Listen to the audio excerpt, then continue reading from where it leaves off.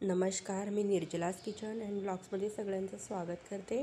आज आपण अंड्याची एक नवीन रेसिपी बघूया। एकदम सोपी आणि खायला खूप स्वादिष्ट अशी ही रेसिपी आहे।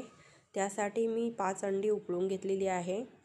आपल्याला ती अंडी उकळून सोलून घ्यायची आहे। नंतर एका खिसणीच्या साहाय्याने मी ती खिसून घेतलेली आहे। काही मुले अंडी खाण्यास नकार देतात, त्यामुळे अशी रेसिपी केली तर ते आवडीने खातील आणि ही रेसिपी एकदम सोपी आणि कमी वेळेमध्ये होणारी आहे। पूर्ण अंडी मी खिसणीच्या साहाय्याने खिसून घेतलेली आहे।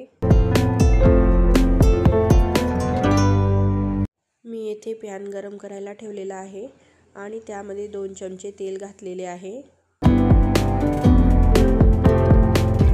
नंतर त्यामध्ये 1 चमचा जिरे आपल्याला घालायचे आहे। बारीक काटलेला लसूण यामध्ये मी घातलेला आहे।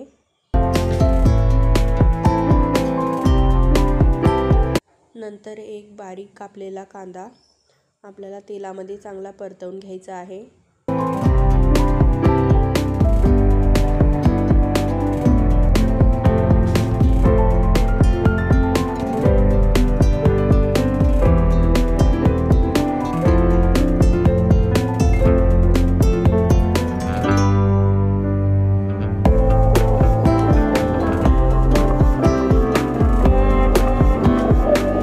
कांदा चांगला परतून झाल्यानंतर त्यामध्ये 2 चमचे लाल तिखट आणि 1 चमचा हळद, 1 चमचा धना पावडर हे मिक्स करून घ्यायचे आहे।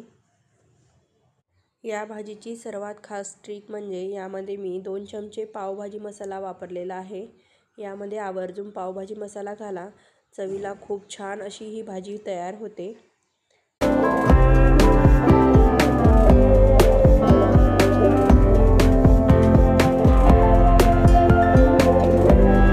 सर्व मसाले एकत्र केल्यानंतर मी त्यामध्ये चवीनुसार मीठ घातलेले आहे।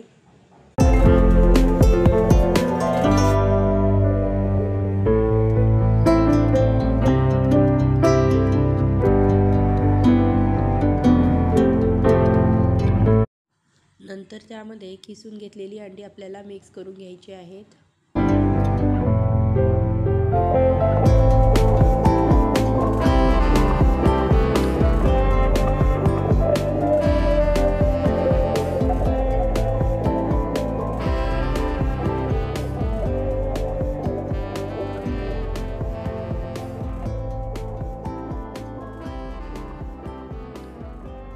नंतर ही भाजी आपल्याला चांगली परतवून घ्यायची आहे।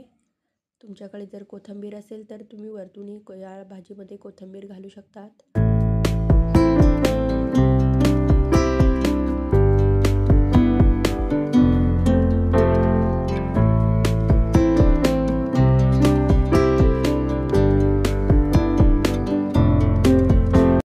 आता आपली ही भाजी तयार आहे। तुम्ही ही भाजी फुलक्यांसोबत किंवा पाव आणि ब्रेड यासोबत सुद्धा खाऊ शकतात। बॅचलर मुलांना बनवण्यासाठी ही भाजी अगदी सोपी आहे आणि कमी साहित्यामध्ये होणारी आहे। तुम्हाला ही रेसिपी कशी वाटली हे कमेंट बॉक्समध्ये नक्की कळवा आणि व्हिडिओ आवडला असेल तर व्हिडिओला लाईक, शेअर, सबस्क्राईब करायला विसरू नका। धन्यवाद।